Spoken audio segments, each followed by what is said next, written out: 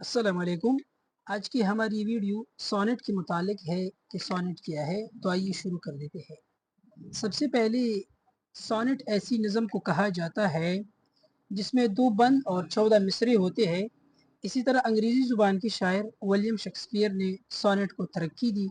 اسی طرح اردو سونٹ تعارف و انتخاب ڈاکٹر حنیف کیفی کی کتاب ہے، اور سونٹ کے پہلے بند میں 6 اور دوسرے بند میں 8 مصرعے ہوتے ہیں۔ اسی طرح سونٹ کا پہلا بند مسمن اور دوسرا مسدس کہلاتا ہے، اور سونٹ اردو کی غزل سے مشابہت رکھتا ہے۔ سونٹ کا آغاز فرانس سے ہوا ہے، اور اطالوی شاعر دانتی بھی سونٹ لکھتا تھا۔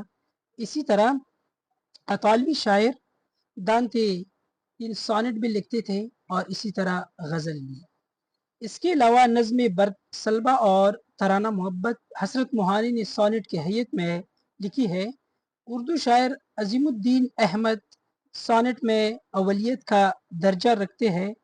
اردو کا پہلا سونٹ فریاد عظیم کو قرار دیا گیا ہے، اور اسی طرح زندگی کے عنوان سے نون میم راشد نے سونٹ لکھا ہے۔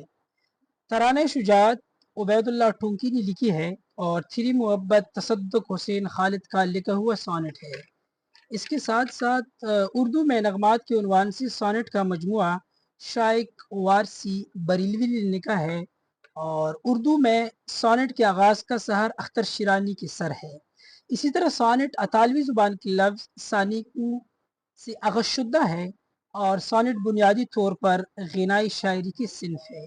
اسی طرح شہر خموشا کے نام سے اختر جوناگڑی نے سونٹ لکھا ہے، اور خواب کی بستی نون میم راشد کا لکھا ہوا سونٹ ہے۔ تو یہ تھی آج کی ہماری ویڈیو سونٹ کے متعلق۔ انشاءاللہ تعالی اسی طرح معلوماتی ویڈیو آپ لوگوں کے ساتھ شریک کرتے رہیں گے۔ تب تک ہمیں دیجیے اجازت۔ اللہ حافظ۔